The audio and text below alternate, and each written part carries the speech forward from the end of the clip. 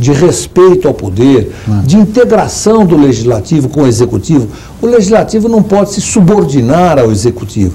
Ele tem que ser um poder independente e verdadeiramente harmônico com o executivo e com o judiciário.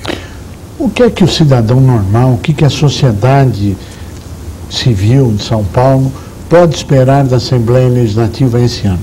Olha, que ela exerça o seu papel de legislar, de fiscalizar, mas também, isso é muito importante, de representar o cidadão. A Assembleia tem esse papel, o deputado é o representante, é o porta-voz. Por isso, às vezes a imprensa mostra o plenário vazio. Não é justo isso com o deputado. Estar no plenário votando é uma atividade do deputado. É muito importante ele estar também nas comissões permanentes, nas comissões de inquérito, e estar nas suas bases, ouvindo a população. Eu, por exemplo, trabalhei esse sábado o dia inteirinho, fazendo reuniões. E é importante, Curi, você ter contato, você ouvir, auscultar a população. Eu tive reunião, por exemplo, com os citricultores, saber o que eles estão sentindo, quais são os seus problemas, para você representar bem, você ser o porta-voz deles. É fundamental. É fundamental. Então eu acho que a sociedade tem que esperar isso e tem que cobrar isso dos seus deputados, que eles sejam os interlocutores junto ao governador e mesmo junto ao Congresso Nacional, porque tem o deputado federal, tem o senador, mas o deputado estadual também faz eco, também é porta-voz através da imprensa, junto ao cenário nacional. Esse ano teremos eleições. Qual a sua avaliação da eleição no estado de São Paulo? Eleição ganha por antecipação não existe. As pesquisas são uma fotografia do momento.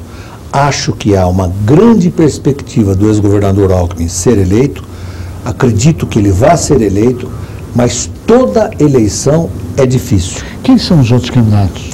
Eu acredito que será candidato o Aloysio Mercadante. Aloysio Mercadante pelo PT, Geraldo Alckmin pelo PSDB. Não acredito, sinceramente, que o Paulo Scaff seja candidato. Pode ser que venha ocorrer essa candidatura, mas, sinceramente, hoje não acredito que ela ocorra. E o quadro em São Paulo, aparentemente... Está favorável ao ex-governador Geraldo Alckmin. E a análise a nível nacional? Olha, acho que vai ser talvez a eleição mais difícil dos últimos 50 anos. Quem serão os candidatos? Acredito que o José Serra, a Dilma Rousseff e a Marina Silva. E a sua avaliação é que será uma eleição... Uma disputadíssima entre o Serra e a Dilma, e, na minha opinião, o Serra vai vencer as eleições. Como é que as eleições estaduais irão influenciar no quadro nacional e vice-versa na sua avaliação?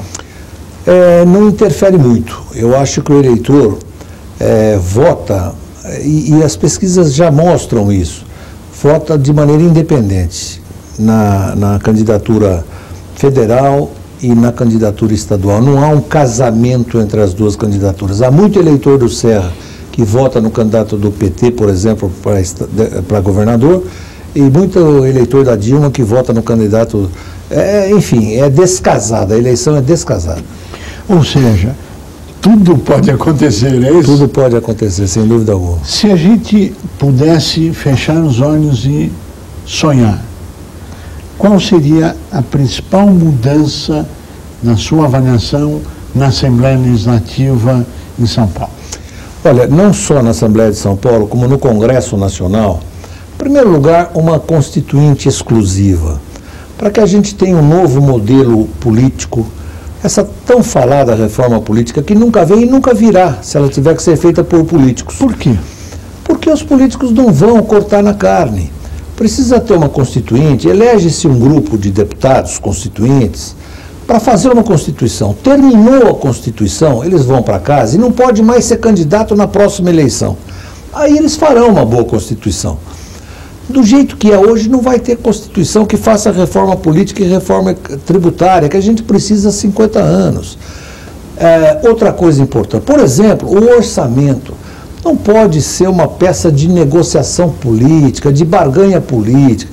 O orçamento tem que ser que nem no Japão. Curi, no Japão, a sessão legislativa, durante 9 meses, os deputados discutem o orçamento.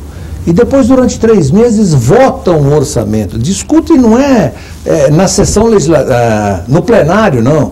Discutem formulando o orçamento. É a peça mais importante. Depois tem que cumprir o orçamento. Agora aqui não. E corta orçamento, contingencia o orçamento, barganha o orçamento.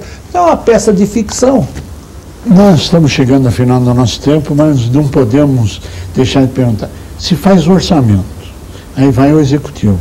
Aí o Executivo altera esse orçamento. Então, qual é a real validade e a importância do orçamento? Fica a cargo do Executivo? Como é que é essa negociação, se é que ela existe, entre o Executivo e o Legislativo na hora do corte? É uma negociação entre Davi e Golias. O Executivo tem toda a força e o Legislativo e o Judiciário tem quase nenhuma força.